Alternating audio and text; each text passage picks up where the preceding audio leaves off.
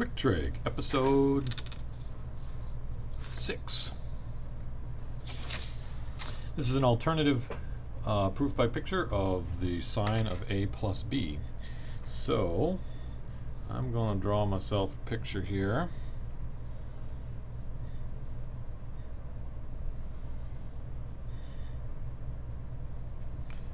Trying to draw a rhombus inside of a rectangle. So first I'll get my rhombus drawn here as best I can. Every one of these sides is supposed to have length 1. And then I'm going to put a rectangle around it like this. Like this, across the top. Okay.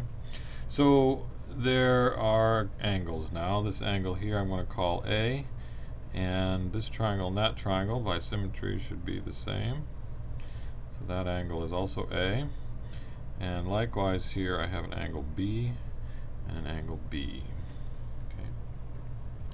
What I want to notice is that this angle right down here is the angle A plus B. That is, if I look at a vertical line here parallel to the edges of the rectangle, then I can see that here's two parallel lines cut by a transversal. That's A.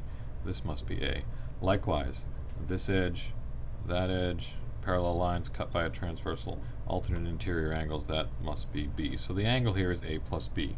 Now, I want to look at the area of that rhombus, the inside rhombus here. It's the base times the height. Let me drop a perpendicular down from here.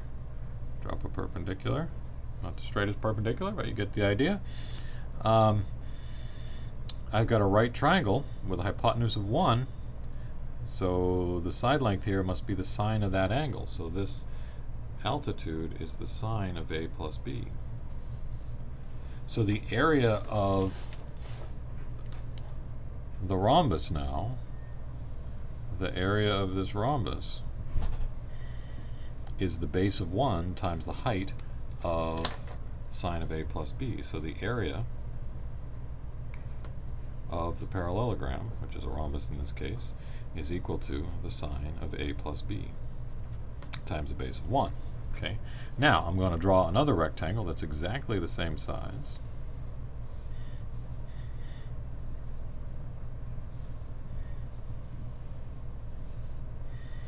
And I'm going to take these 4 triangles and put them in there, but in a slightly different location. So I'm trying to get it as accurate as I can here.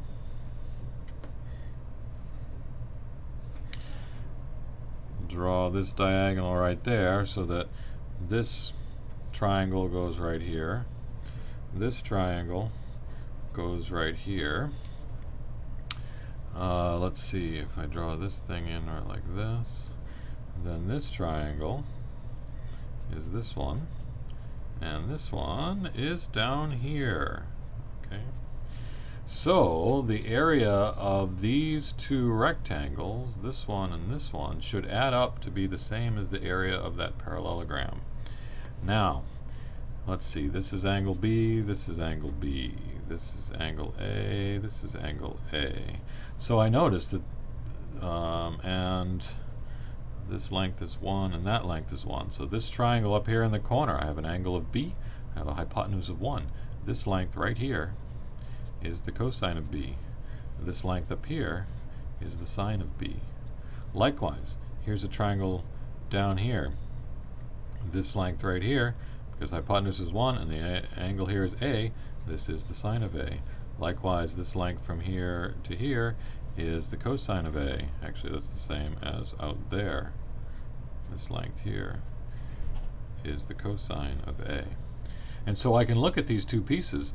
This rectangle up here has side length cosine B, sine A. So the area here is sine A times cosine B. Likewise down here, this area has side length sine B and cosine A. So it's cosine A times sine B. So the area now of those two pieces is sine A cos B plus cos A sine B, which means that the sine of A plus B should be the same as that over there.